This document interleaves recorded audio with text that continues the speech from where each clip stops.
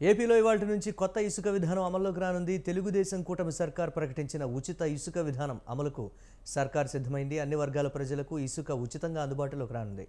ప్రభుత్వం అధికారికంగా ఈ మేరకు ఉచిత ఇసుక పాలసీని ప్రకటించనుంది.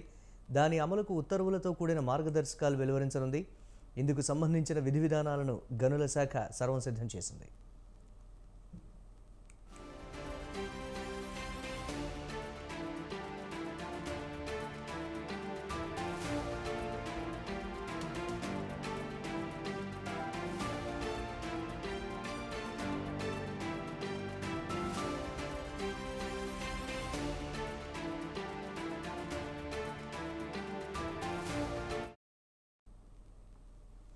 నామమాత్రపు చెల్లింపులతో ప్రజలకు ఇసుక అందించనుంది ప్రభుత్వం. రీచ్లు, డిపోలకు మధ్య ఉండే దూరాన్ని బట్టి ఫీజులు వసూలు చేస్తారు. జగన్ సర్కార్ తీసుకొచ్చిన నూతన ఇసుక పాలసీ 2020 స్థానంలో కూటమి ప్రభుత్వం కొత్తగా నూతన ఇసుక పాలసీ 2024ను ప్రకటించనుంది. ఈ పాలసీ ఏకైక లక్ష్యం కులం, మతం, వర్గం తారతమ్యం లేకుండా ప్రతి ఒక్కరికి గృహ నిర్మాణం కోసం ఉచితంగా ఇసుక అందించడమే. ఉచితంగా అందించే క్రమంలో ప్రభుత్వం ఇకపై సీనరేజీ ఫీజు వసూలు చేయదు.